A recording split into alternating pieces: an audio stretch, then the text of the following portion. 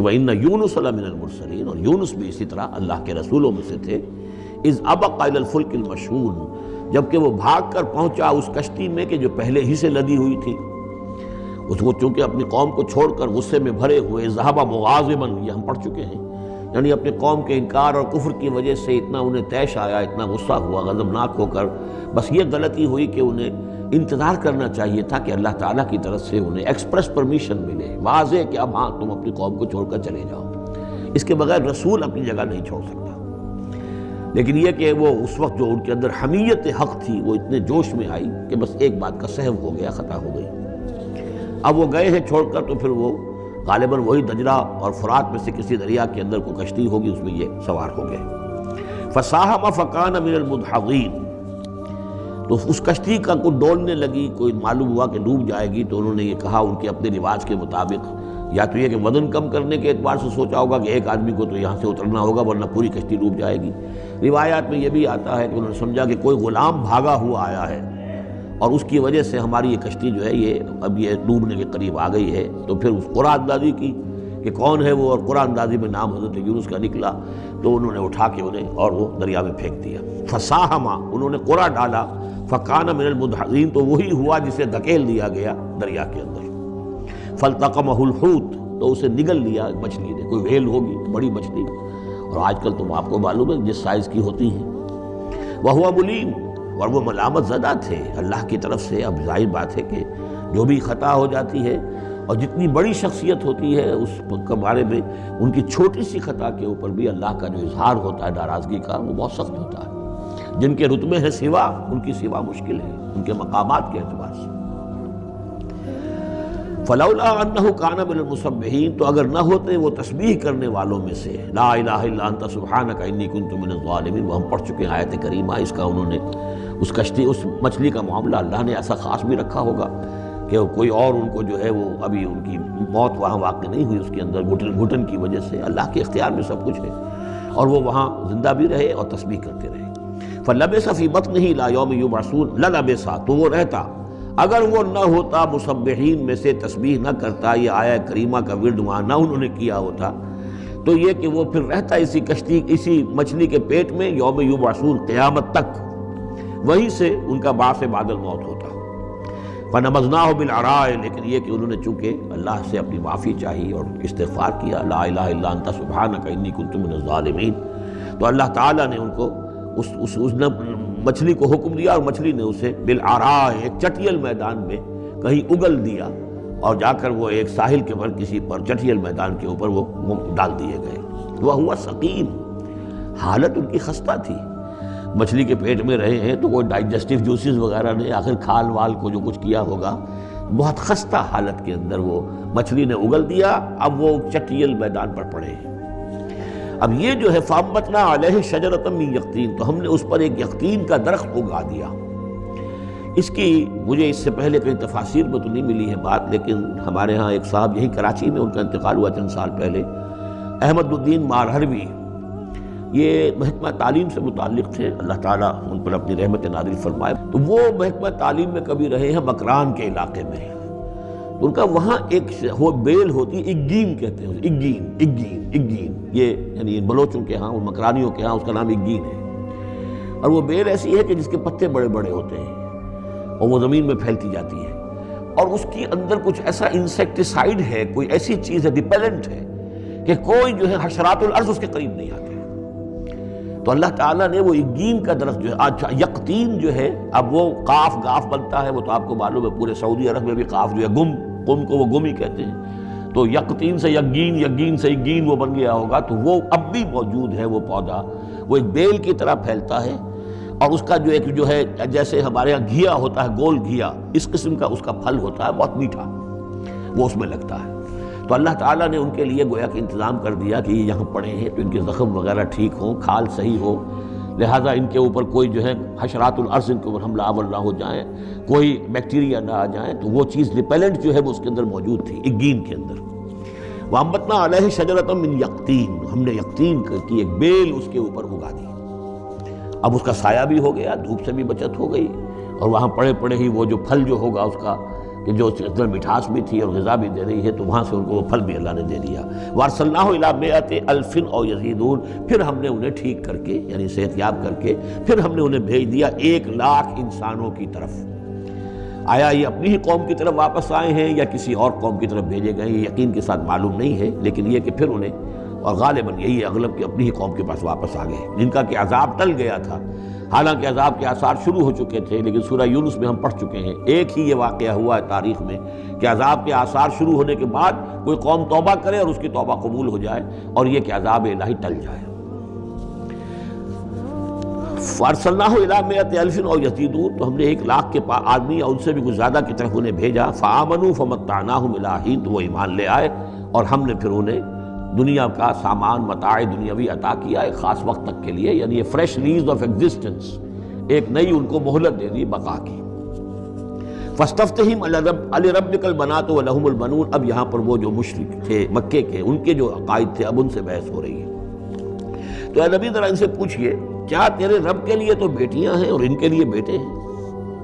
یعنی یہ کہ اوروں نے تو چلیے بیٹا تو دیا، اللہ کو الاٹ کیا تو بیٹا تو کیا، انہوں نے الاٹ بھی کیے تو بیٹی ہیں جو خود انہوں پسند نہیں ہے۔ ام خلقنا الملائکۃ اناثا، کیا ہم نے فرشتوں کو واقعی مؤنث بنایا تھا؟ وہم شاہدون، وہ گواہ ہیں اس کے، انہیں معلوم ہے کہ واقعتاً ہم نے فرشتوں کو جو بنایا تھا تو مؤنث بنایا تھا۔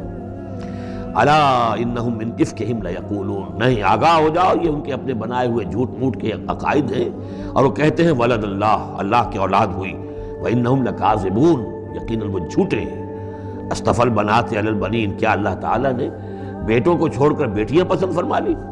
ما لکم کیف تحکمون، تمہیں کیا ہو گیا ہے، تم کیسے فیصلے کر رہے ہو، کیسی رائے دے رہے ہو؟ افلا تذکرون، تو کیا تم دھیان نہیں کرتے، عقل سے کام نہیں لیتے؟ ام لکم سلطان مبین، کیا تمہارے پاس کوئی کھلی سند ہے، کوئی سلطان ہے؟ اب یہ صورت بھی نوٹ کر لیجئے، یہ تیسری صورت ہے اسی سٹائل کی، سورہ حجر، پھر سورہ شعراء، پھر یہ سورہ صافات، وہی انداز، چھوٹی چھوٹی آیتیں، اور ردم ہے تیز، صوتی آہنگ زیادہ نمایاں ہے، ڈیوائن میوزک جس کو میں کہا کرتا ہوں، ملکوتی غنا جو ہے ان صورتوں کے اندر۔ تو یہ بھی ابتدائی دور کی صورتوں میں سے ہے۔ ایسا محسوس ہوتا ہے کہ اللہ تعالیٰ نے مکی صورتوں کے ہر گروپ کے اندر ایک جو ہے ابتدائی زمانے کی صورت جو ہے وہ شامل کر دی، اور اس کا جو حکمت میری سمجھ میں اب تک آئی ہے، واللہ عالم کوئی اور بڑی حکمت بھی ہو سکتی ہے جو ہمارے علم میں ابھی نہ آئی ہو، لیکن یہ کہ تاکہ مونوٹنی نہ رہے بلکہ مضامین کے اندر تنوع پیدا ہو جائے۔ اس لیے کہ ظاہر بات ہے کہ اب ایک آدمی پڑھ رہا ہے قرآن مجید، فرض کیجئے ایک شخص جو ہے ایک پارہ روزانہ پڑھتا ہے، تب اس میں یہ ہے کہ اس کے سامنے مضامین ایسے نہ ہوں کہ بس وہ کئی دن تک متواتر ایک ہی قسم کے مضامین میں رہے، بلکہ یہ کہ پھر بدل کر عدل کر مضامین آتے چلے جائیں۔ واللہ عالم۔ ام لکم سلطان مبین، کیا تمہارے پاس کوئی کھلی سند ہے؟ فاتو بکتابکم ان کنتم صادقین، تو لاؤ نا اپنی کوئی کتاب اگر تمہارے پاس ہے، اگر تم سچے ہو۔ وجعلوا بینہ وبین الجنۃ نسبا، اور انہوں نے ایسا بھی کیا ہے کہ اللہ اور جنوں کے درمیان بھی نسب کا رشتہ قائم کر دیا ہے۔ وَلَقَدْ عَلِمَتِ الْجِنَّةُ وَإِنَّهُمْ لَمُحْضَرُونَ، اور جنوں کو خوب معلوم ہے کہ انہیں تو گرفتار کر کے پیش کیا جائے گا، سب کے سب جو ہے حاضر کیے جائیں گے۔ سبحان اللہ عما یصفون، اللہ پاک ہے ان تمام چیزوں سے جو یہ بیان کر رہے ہیں۔ الا عباد اللہ المخلصین، سوائے اللہ کے وہ بندے، وہ جنات میں بھی ہوں گے انسانوں میں بھی ہوں گے، اللہ تعالیٰ جنہیں اپنے لیے خالص کر لیتا ہے۔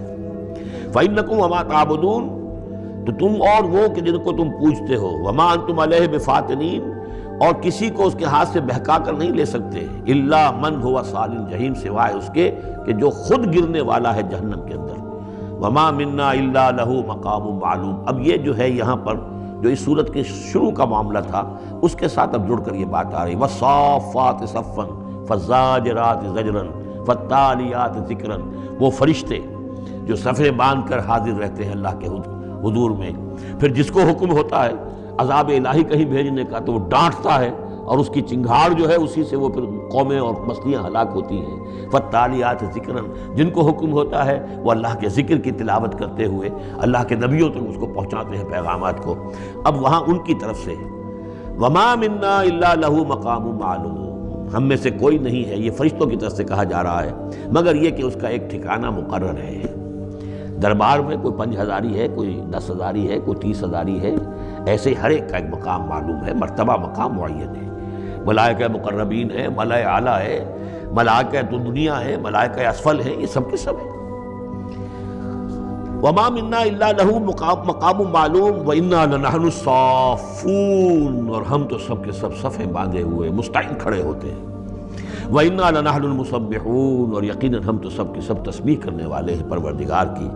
وَإِن كَانُوا لَيَقُولُونَ لَوْ أَنَّ عِندَنَا ذِكْرًا مِنَ الْأَوَّلِينَ لَكُنَّا عِبَادَ اللَّهِ الْمُخْلَصِينَ، اور یہ لوگ تو کہا کرتے تھے، بہت زور دے کر کہتے تھے، قسمیں کھا کھا کر کہتے تھے، اگر جیسا کہ پہلوں کے پاس ذکر آیا تھا، اگر ہمارے پاس بھی آیا ہوتا، لَوْ أَنَّ عِندَنَا ذِكْرًا مِنَ الْأَوَّلِينَ لَكُنَّا عِبَادَ اللَّهِ الْمُخْلَصِينَ، تو ہم تو سب کے سب اللہ کے بڑے نیک اور مخلص بندے بن گئے ہوتے۔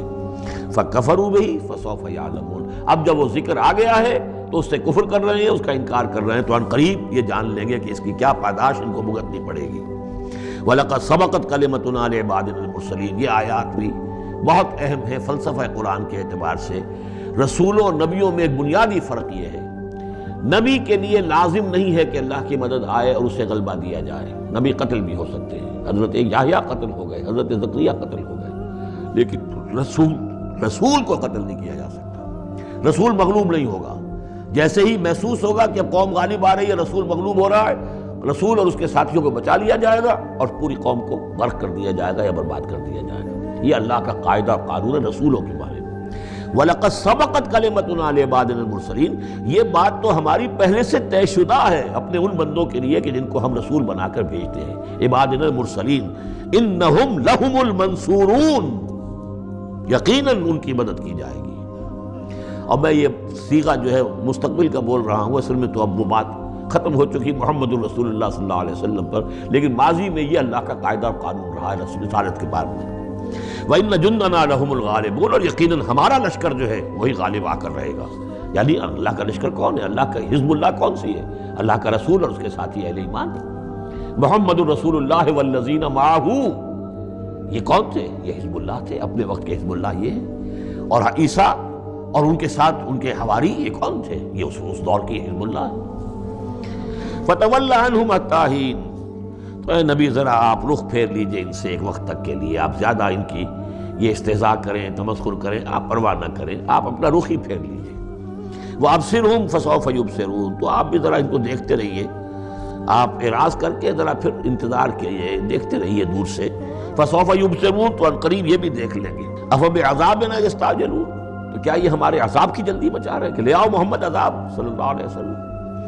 فَإِذَا نَزَلَ بِسَاحَتِهِمْ فَسَاءَ صَبَاحُ الْمُجْرِمِينَ مُنذَرِينَ، پھر جب وہ عذاب اترے گا ان کے میدان میں، ساحہ کہتے ہیں بڑے میدان کو، کہ جیسے گھر ہیں اور اس کے درمیان میں کوئی بڑا جو ہے پارک ہے جیسے ہمارے ہاں ہوتے ہیں۔ فَإِذَا نَزَلَ بِسَاحَتِهِمْ، جب ان کے اس بڑے میدان میں وہ اترے گا وہ عذاب، فَسَاءَ صَبَاحُ الْمُنذَرِينَ، تو وہ بہت بری صبح ہوگی ان کے لیے جن کو خبردار کر دیا گیا تھا۔ وَتَوَلَّ عَنْهُمْ حَتَّىٰ حِينٍ، پھر دوبارہ اے نبی ابھی ذرا آپ ان کی طرف سے آپ رخ پھیر لیجئے، ان کے انکار سے زیادہ دلگیر بھی نہ ہو، ان کے انجام کے بارے میں زیادہ صدمہ بھی نہ کریں۔ وَلَا تَحْزَنْ عَلَيْهِمْ، آپ ان کے بارے میں رنج و افسوس بھی نہ رکھیں۔ فَلَعَلَّكَ بَاخِعٌ نَفْسَكَ أَلَّا يَكُونُوا مُؤْمِنِينَ، آپ اس صدمے سے اپنے آپ کو، اپنی جان کو نہ گھلائیں کہ یہ ایمان نہیں لا رہے۔ وَأَبْصِرْ فَسَوْفَ يُبْصِرُونَ، آپ بھی دیکھتے رہیے اور ان قریب یہ بھی دیکھ لیں گے۔ سبحان ربک رب العزت عما یصفون، پاک ہے اللہ تیرا پروردگار جو رب العزت ہے، عزت اور اقتدار اور اختیار والا ہے، عما یصفون، ان تمام چیزوں سے کہ جو یہ بیان کرتے ہیں۔ یہ نوٹ کرنے والی بات ہے کہ وصف اسی سے یصفون بنا ہے اور اسی صفت بنا ہے۔ قرآن مجید میں اللہ کے لیے یہ لفظ استعمال ہوتا ہے صرف لوگوں کی طرف سے۔ اللہ تعالیٰ نے اپنی کوئی صفت قرآن میں اس ایجابی یا مثبت طور پر بیان نہیں کی ہے۔ ویسے ہم احادیث میں لفظ ہے، لیکن یہ کہ یہ بات نوٹ کر لیجیے، قرآن میں صرف نام آتا ہے، لَهُ الْأَسْمَاءُ الْحُسْنَى، اس کے ہیں تمام اچھے نام۔ اللہ کے لیے صفت کا لفظ کہیں واضح طور پر صراحتاً جو ہے وہ نہیں آیا ہے۔ جہاں بھی آیا عما یصفون، جو کچھ یہ اس کو وصف بیان کر رہے ہیں، جو کچھ اس کے بارے میں یہ کہہ رہے ہیں، سبحانہ و تعالی عما یصفون، اللہ اس سے پاک ہے، بلند و برتر ہے۔ وَسَلَامٌ عَلَى الْمُرْسَلِينَ، اور سلام ہو تمام رسولوں پر۔ وَالْحَمْدُ لِلَّهِ رَبِّ الْعَالَمِينَ، اور کل حمد بلکہ کل شکر زیادہ موضوع ہے اللہ کے لیے ہے جو تمام جہانوں کا مالک اور رب ہے۔